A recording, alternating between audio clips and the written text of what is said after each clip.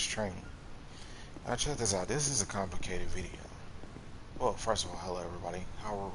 Anyway, I'm sorry. That's what I was saying. This video is the most complicated there is. The reason why I say this is because the simple fact that there are so many occupations to TPN that it's not even funny. And it's important that each person know their job so that we'll never get it twisted. And this is why we do not want other people doing other people's jobs. It's very important. So,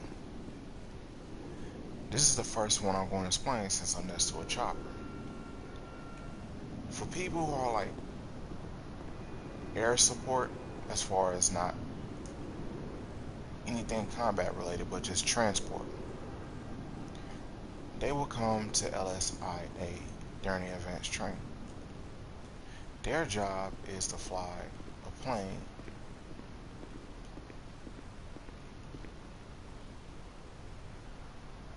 by a chopper and by, well, of course, plane.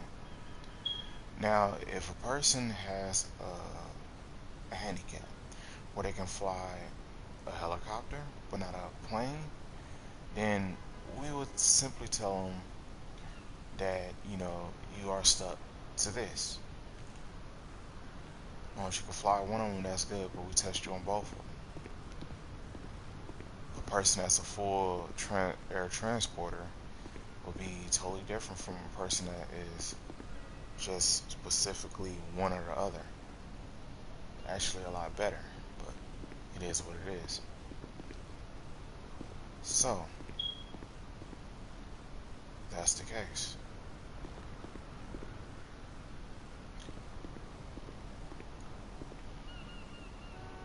Now,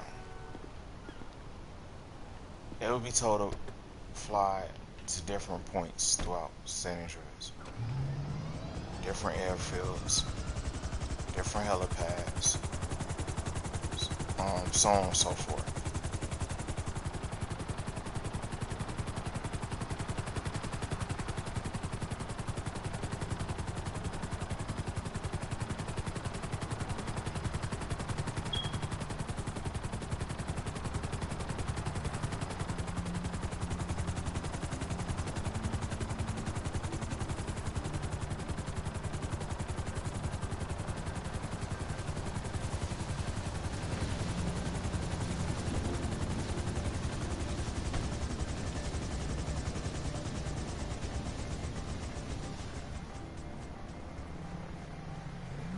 Alright, as far as transportation go, a transporter on ground simply would be told to meet at the dash hound building. From there, they would have a vehicle, and they would drive it wherever they are told to drive it to. Mainly, they have not been specified. Helen, is that you? Oh, yes, we're having an amazing time. I feel like I'm in a film. We went to Del Perro Beach and Chumash yesterday. It's a freak show, just biceps and breasts, and everyone eats kale. I'd better go. This must be costing me a fortune. Pretty sure it is. Alright, so anyway. Basically, we tell them to drive at certain points. And it's usually to different parking lots, and then we make them park. It's kind of funny, their training is just simply that simple. But they have to do this without crashing. Again, the more they crash, the more they deduct their points. In other words, they can actually fail this test.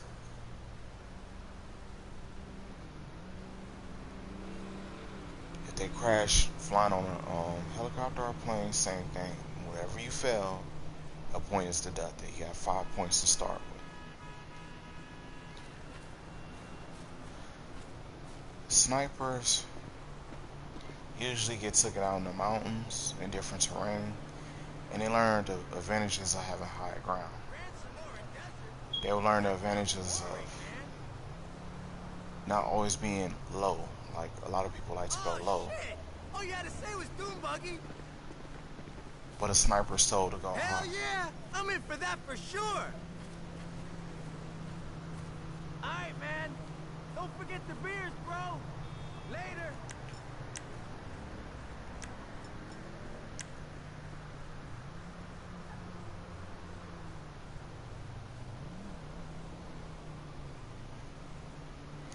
This is like the same woman that walked back and forth.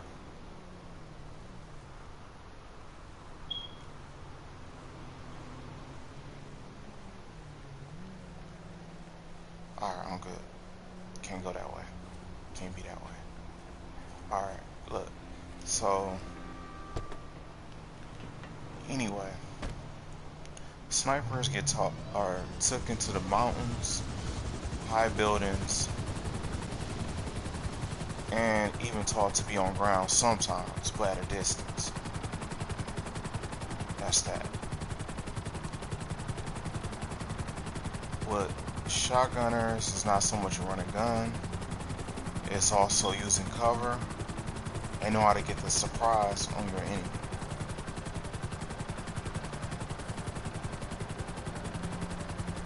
I gotta get up this landing.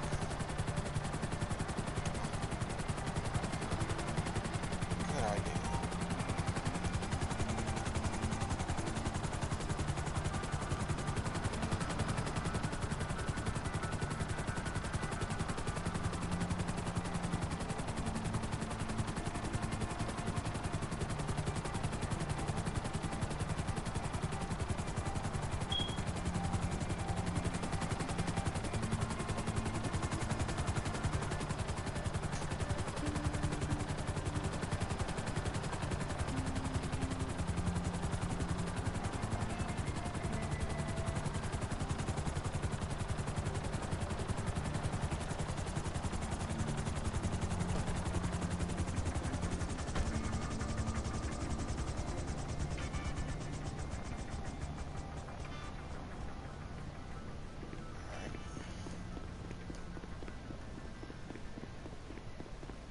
Quiet. Finally. Peace and quiet. Anyway, so as I was saying, for every job you can think of, pretty much that's how your training goes. If you're an assault gunner, guess what you are going to be doing? You're going to be doing a lot of running gun. Not just running a gun in, but you're going to be doing a lot of taking cover and learn how to use cover and not poke your head out at stupid times or times where it's so quiet and you know he's waiting to get the jump on you. You're going to learn more of how and why not to do that so many times, and so on and so forth. You are going to learn how to run in a squad. You're going to learn how to flank. You're going to learn how to do these different things. Same like machine gunner. A like machine gunner is going to learn how to stay stationary for a period of time and shoot. And the thing is, for like machine gunner, it's not always so much to get the kill, but it's to spray so that person's suppressed. If you can keep them moving around, guess what? Somebody's going to get a shot. It's more goal oriented to one organization, not more goal oriented to oneself. It takes the self out of all of it. It's selfless service, not self-service. It's selfless. A lot of things in TPN is simply selfless to one common goal and one goal only, and that's dealing with the organization. So you'll have, same with the rest of them, is a little more similar in each, as far as each position as far as the squad goes.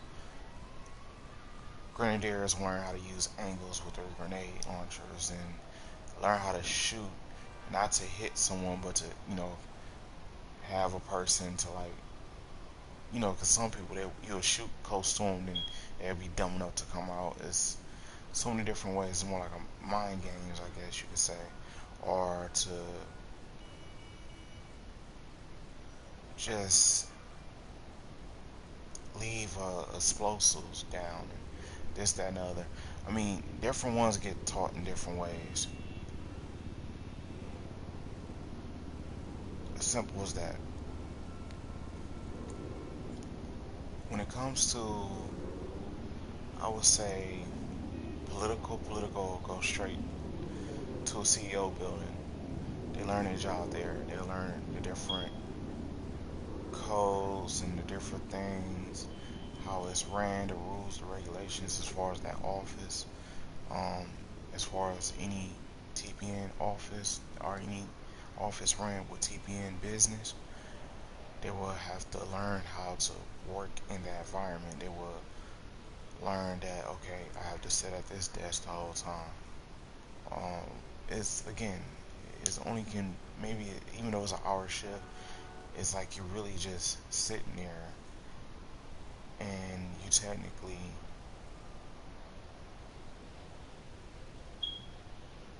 it's like you're just there. 9 out of 10, we never really have them. Like we have them there, but usually it'll be there during training. That's how they usually get their hours free. See, the good thing about training is it takes an hour. The training goes up to an hour. The thing is though, is that when it goes up to an hour, because you'll start right at the dot or right on the dot to keep track of it.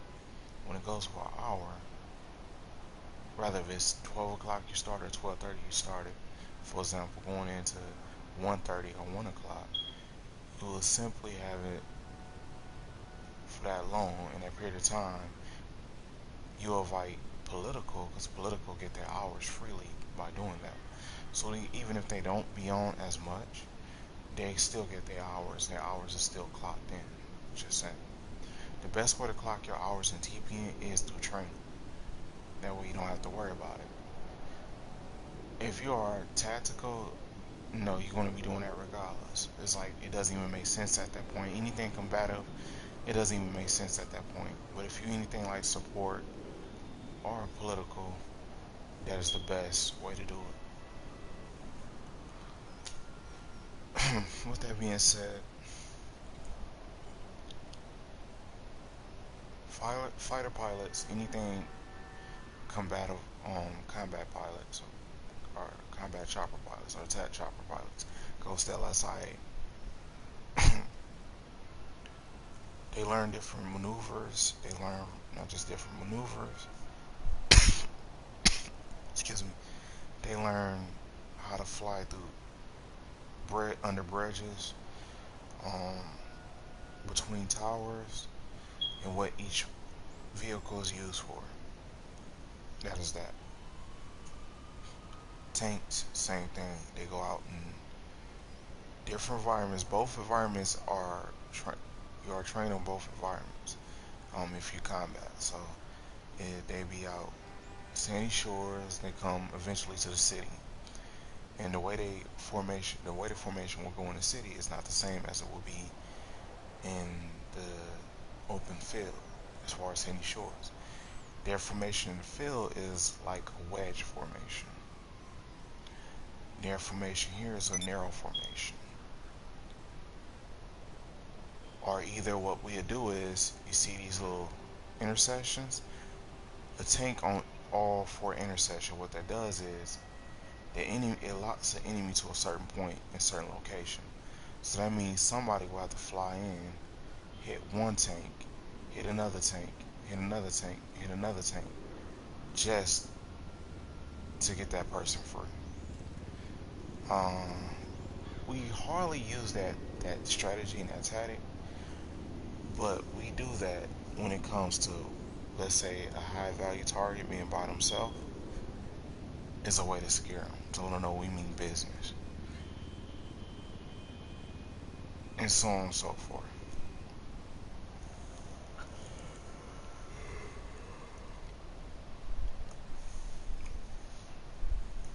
Excuse me. Anything as far as excuse me, bombers and sandy shore, they start there, um, and they fly their way down. I would say Fort Zancudo is where, you know, some of them start in LSIA and some start in Sandy Shores. But as far as the bummers, they go to Fort Zancudo. If nobody has a base at the time, then, you know, they'll have to call for somebody who has access to it.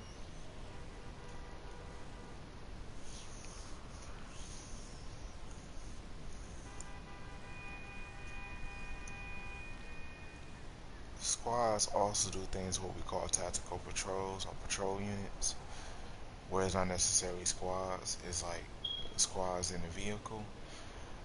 They will do their training exercises as well, but it'll be going through Sandy Shores and Los Santos. Like they'll take the outside route,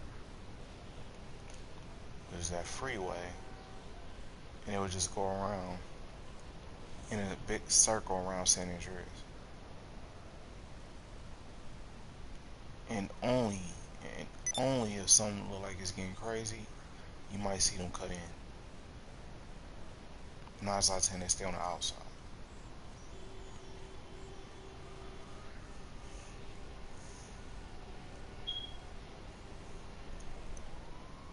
If a person is deemed elite, and let's say they reached a certain status in their scoring,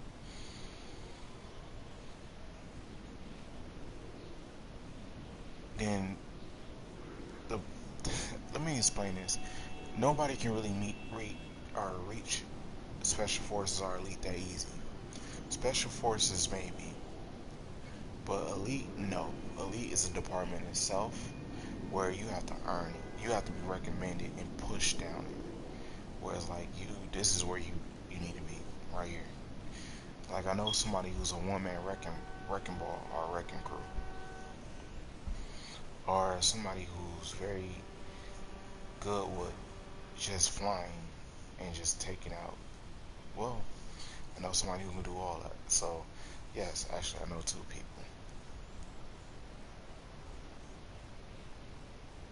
But that's that. Um, I can say more, but I think I covered everything. Trainers, yes, they get trained as well. If we find somebody who's good at training people, we take them out to different points depending on who they are, and they get trained.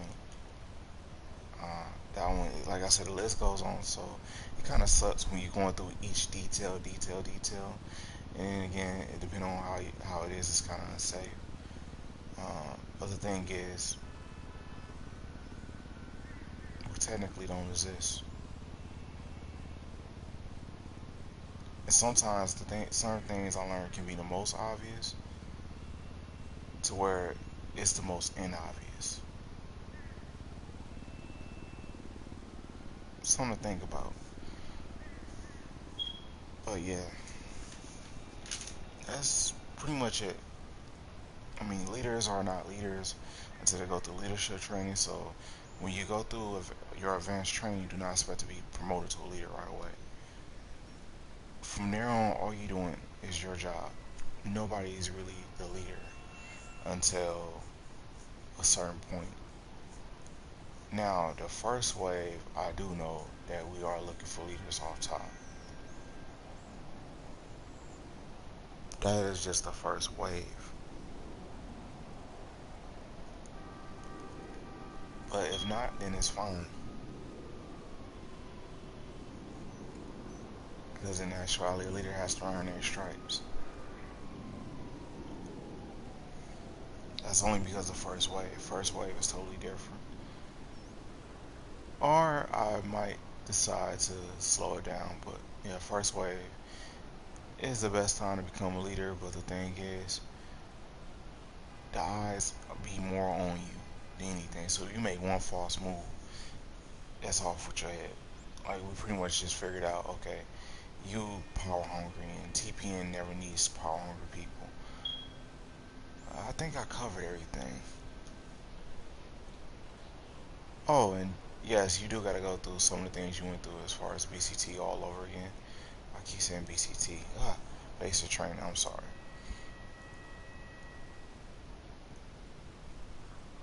God that's pretty much that.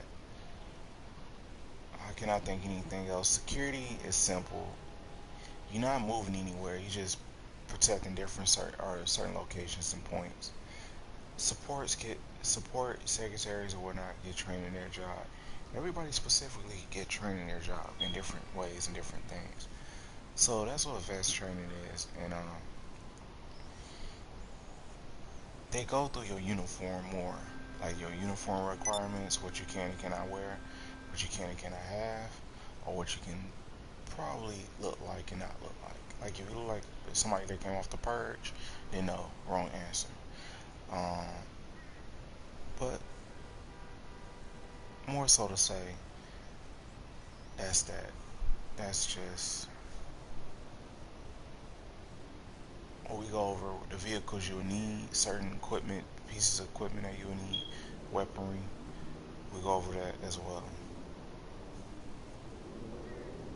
Yeah, I think that's it. Well, this is the Legacy Leader of TPN, and I have completely explained advanced training without going through every measly detail. Trust me, it's that big. We'll be here for hours. Alright.